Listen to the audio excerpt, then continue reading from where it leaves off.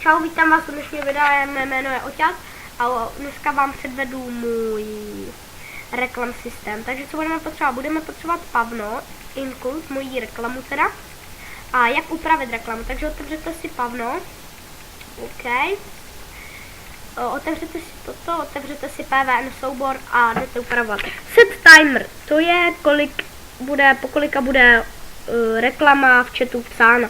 Takže třeba 60 je to v milisekundách, takže já tam mám 60 000, to je 1 minuta teda.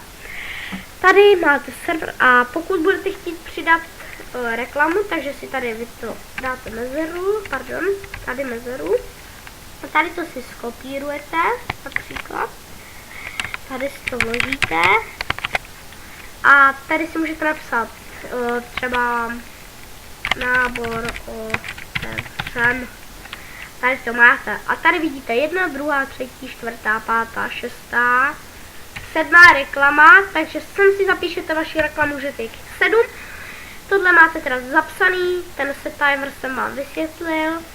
Na klávesnici, až budete mít všechno napsaný, stisněte F5. Pak dáte toto.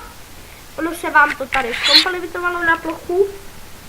Takže jak vidíte, tak to mám tady. Otevřete si vaši FTP přístupy, filescript, soubor AMO X a PVN hodíte do složky filescript, zapíšete v konfigu samozřejmě, takhle RIS systém za filescript, vidíte takto.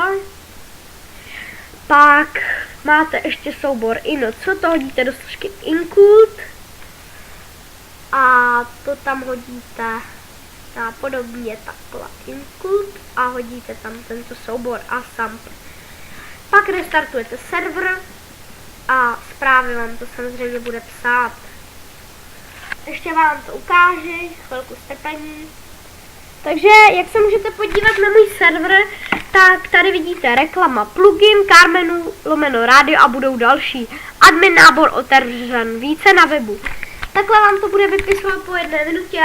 A u dnešního tutoriálu to je vše, doufám, že se vám vše líbilo, že jsem vám to dobře vysvětlil a mějte se hezky. Naschledanou.